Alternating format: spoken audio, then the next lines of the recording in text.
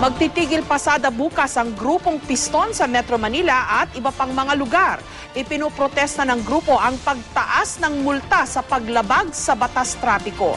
Nakahanda naman daw ang mga libreng sakay bukas para sa mga maaapektuhang commuter.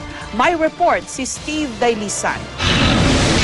Mahigit 50 jeep daw ng Piston ang magtitigil pasada bukas simula alas 8 ng umaga at makikiisa sa transport caravan mula Quezon Memorial Circle hanggang tanggapan ng DOTC sa Ortigas. Ipinoprotesta ng grupo ang anilay kawalang aksyon ng ahensya sa court order ng Baguio RTC na nag-uutos na ipatigil ang pagpapatupad ng Department Order 3839 na naging dahilan ng pagtaas ng multa at parusa sa mga paglabag sa batas trapiko nitong 2009. Tulad ng pagmamaneho ng nakatsinelas mula sa dating 150, naging 1,200 pesos. Ang out of line mula 1,500, naging 6,000 pesos. Yung 6,000, ano pa lang to? Basic multa pa lang to, ha?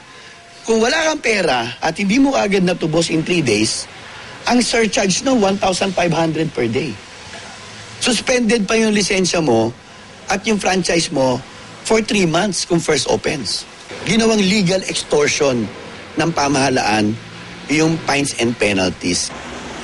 Bukod sa Metro Manila, idaraos din ang caravan sa 8 iba pang lugar sa bansa.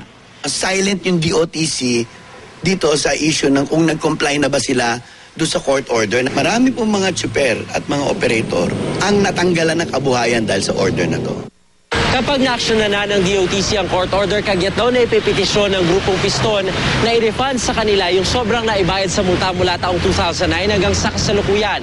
Makakapakinabang daw dito ang mga tsuper na nakapagtabi pa ng kanilang resibo lalo't kahit papano, pandagdag daw ito sa kanilang pangkrudo. Pero mukhang malabo pa ito, bagamat kinikilala ro kasi ng DOTC ang karapatan ng Piston na magprotesta, balak ng ahensya na iapela sa Court of Appeals ang naturang desisyon.